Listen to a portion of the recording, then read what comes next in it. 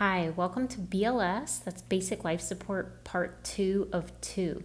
If you didn't watch the first video, go to the description box below and it'll be linked. Now let's talk about compressions, putting compressions and breaths together in CPR, and then choking. Okay, let's talk about how to give effective compressions. First things first is that the victim needs to be on a firm surface, a backboard or a floor.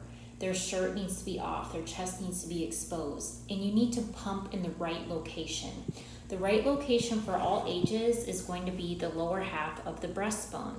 In infants, you'll know where that is by looking at the nipple line, and you're going to go right below that, okay? It's particularly important in infants that you don't go too much lower than right below the nipple line, because the xiphoid in infants, that part of the bone at the tip of the sternum, is fragile, and you could actually break that in an infant and cause damage. So right below the nipple line in infants. You want to pump with the right form. For infants, if you're alone, you're going to use 2 fingers and you're going to press up and down. 1, 2, 3, 4, 5. If it's an infant and you have help, you're going to use the thumb encircling technique. Put your hands around the baby's body and you're going to press lower half of the sternum right below the nipple line, okay? Your thumbs might overlap if it's a small baby, but you're going to just go ahead and press with this position with your thumbs. 1, 2, 3, 4, 5, okay? If it's an adult or child, you're going to have your shoulders over your hands and one hand is on the victim. If you need more force, basically for an adult, you're going to have your other hand on top and you're going to go ahead and pump. 1, 2, 3, 4, 5 with your elbows locked. An important note here is that I am allowing my hands to come completely up. You need to allow for complete chest recoil, basically using the words of BLS, because you want to pump the heart, but you also want it to refill. And refilling is not going to happen if you stay on the chest, pushing it all the time, okay? So bring your hands up to allow for complete chest recoil. Importantly, you need to pump at the right rate. For all ages, the correct rate is 100 to 120 beats per minute. And you need to pump deep enough. Deep enough is 1/3 of the AP diameter. For adults, that's at least 2 inches. For kids, it's about 2 inches. For infants, it's about 1.5 inches. But don't pump too deep. Don't pump more than 2.4 inches. Okay, so now that we know how to deliver effective breaths and do effective compressions, let's put them together to talk about how to give CPR. Again, you're doing compressions in an adult if there's no pulse, and in an infant or child if the heart rate's under 60 and there's signs of poor perfusion like prolonged cap refill. You're giving breaths if they're not breathing or if they're not breathing adequately, like gasping. And so the ratio of compressions to breaths is going to depend on the age and whether or not you're alone. For an adult victim, you're going to give 30 compressions and then 2 breaths, okay? For an adult victim, you're going to give 30 compressions and 2 breaths, okay? For an infant or child, if you're alone, you're going to also do a ratio of 30 compressions to 2 breaths. If you have help and you're assisting an infant or child victim, you're going to breathe for them more often. You're going to give 15 compressions to 2 breaths.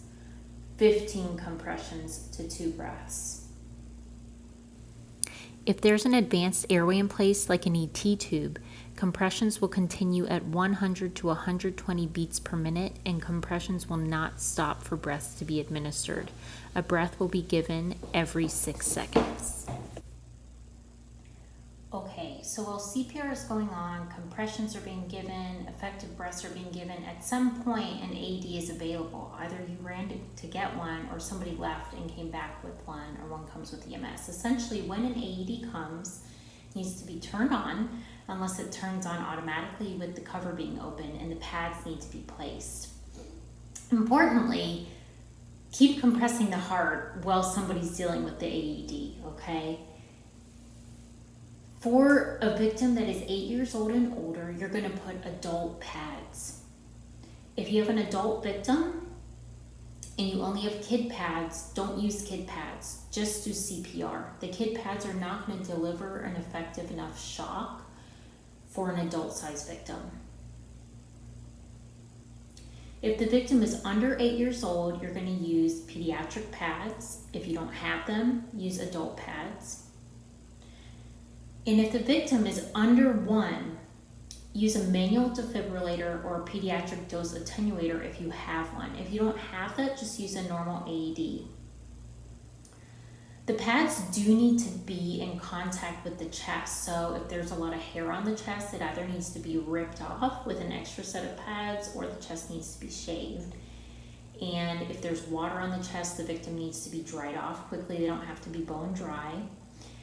And in terms of how to place the pads, usually, or sometimes it'll be basically anterolateral, meaning a pad on the right chest, right upper chest, right under the collarbone, and under the left axilla, okay?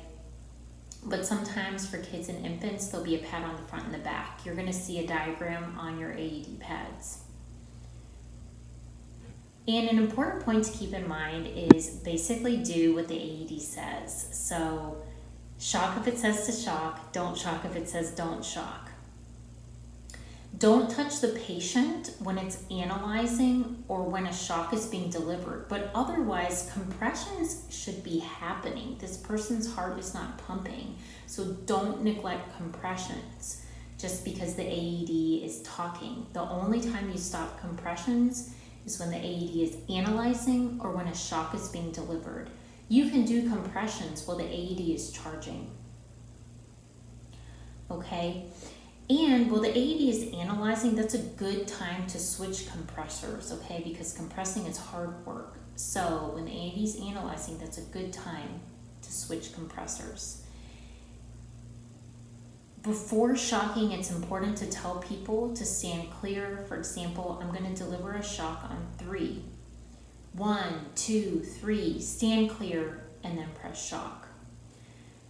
Get back to CPR ASAP after the shock is delivered or after the AED tells you no shock is indicated. Okay, lastly, we're just going to go through a quick scenario and then we'll talk about choking. Let's say that you come upon an unresponsive child. They're about 7 years old. You see them, you come up to them, you try to wake them up with a sternal rub. Hey, hey, you're shouting, wake up, wake up. Okay, they're not waking up. You're with somebody, you say, go get help. Call 911, grab an AED. And while doing that, you're checking their pulse and you're checking their breathing. You find the trachea, you go to the side. You're not going to take more than 10 seconds to check for the pulse and breathing. And in this case, there's no pulse. You're also realizing that there's no chest rise. They're not breathing. Their chest should be exposed. Their shirt should be ripped off, taken off as quickly as possible. So your friend's getting help, but right now you're alone. So what you're going to do is you're going to do a ratio of 30 compressions to 2 breaths. Since it's a child, it's not an infant, you're going to be doing compressions with this method, okay? So 1, 2, 3, 4, 5, 6, and then imagine 27, 28, 29, 30. Let's say you have a mask on hand, so you're going to go ahead and align the airway, and you're going to put that mask on. You also have a bag, you're very prepared, and you're going to give 2 breaths. You give each breath over 1 second, okay? And you wait a second in between. I didn't mention that before. As soon as you give the 2 breaths, you're going to get back to compressions. 1, 2, 3, 4, 5. At this point, you're going to keep doing a ratio of 30 compressions. So 26, 27, 28, 29, 30 compressions to 2 rescue breaths. Now your friend comes back. They have an AED. They've called 911. 911's still on speakerphone. And at this point, one of you can focus on the airway and the other one can focus on compressions.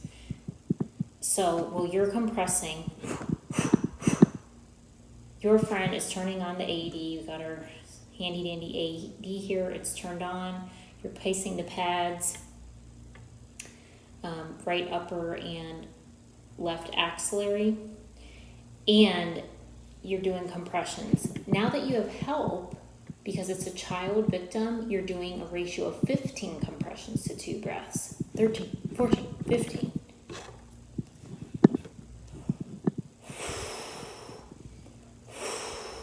Okay? And then the AED, at some point, you're doing compressions, it's going to say analyzing. You take your hands off while it's analyzing. It's either going to say that the rhythm's shockable or it's not. Let's say it says shockable. Then it's going to charge. You can do compressions while it's charging. When it says charged, you're going to say, I'm going to deliver a shock on 3. 1, 2, 3, stand clear. You're going to press shock. As soon as the shock is delivered, you're going to get back on the chest. Okay, now we're going to end with how to assist a choking victim. So remember, somebody who's choking is not somebody who's just coughing or speaking and saying, I'm choking. Their airway's blocked. And so they're either going to be holding their neck, that's apparently the universal choking sign, or they're going to be trying to talk, nothing's coming out. If it's a baby, they're crying, no cry is coming out. And so if the victim is a child or an adult, you're going to do the Heimlich maneuver. And the way you do this is you're going to take one of your hands and you're going to form a fist. And the end with the thumb on it is going to go right on the victim's belly button, okay? And your other hand is going to cup around that fist, and you're going to give forceful upward thrusts. Whew, whew, whew, whew, okay? And hopefully this object's going to fly out. If the victim is obese or pregnant, you're going to give chest thrusts, okay? And if at any point this victim becomes unresponsive, regardless of their age, infant, child, or adult, they need CPR. That's a very dire situation because it's a situation where you're giving CPR with a blocked airway. So you obviously need to get help. One key difference if a choking victim becomes unresponsive and you're doing CPR, anytime that they are getting rescue breaths, before the rescue breaths are given, you're going to check the airway and see if the obstructing object is visible. You're not going to stick your finger in there and feel around for it. You're not going to do a blind sweep because you might push it back in there farther and make the situation worse. But if you can see it, you're going to take it out. Okay? And then how do you assist an infant who's choking? This is a little bit different. So in this situation, you're going to stabilize the infant's head. You always want it to be stable. And what you're going to do is you're going to have the infant lying face down on your leg so that they're on a firm surface. Your other hand, you're going to use the heel of your hand to deliver 5 back slaps. Basically, your heel of the hand is going in between the shoulder blades. Okay, so it's 5 of these. 1, 2, 3, 4, 5, okay? And after that, you're going to stabilize the infant's head and roll them over, face up onto your other leg so they're on a firm surface, and you're going to deliver 5 compressions with the same technique that you would use for giving CPR when you're alone on an infant. So same place, lower half of the sternum right below the nipple line. 1, 2, 3, 4, 5. You're going to go back, put them on your other leg. 1, 2, 3, 4, 5. And you're going to keep alternating this sequence of back slaps and compressions, 5 of each, until hopefully the object flies out. If they become unresponsive, you're going to do CPR while checking the airway when breaths need to be given. That's basic life support. I hope that your test goes well, and I hope you have a blessed day.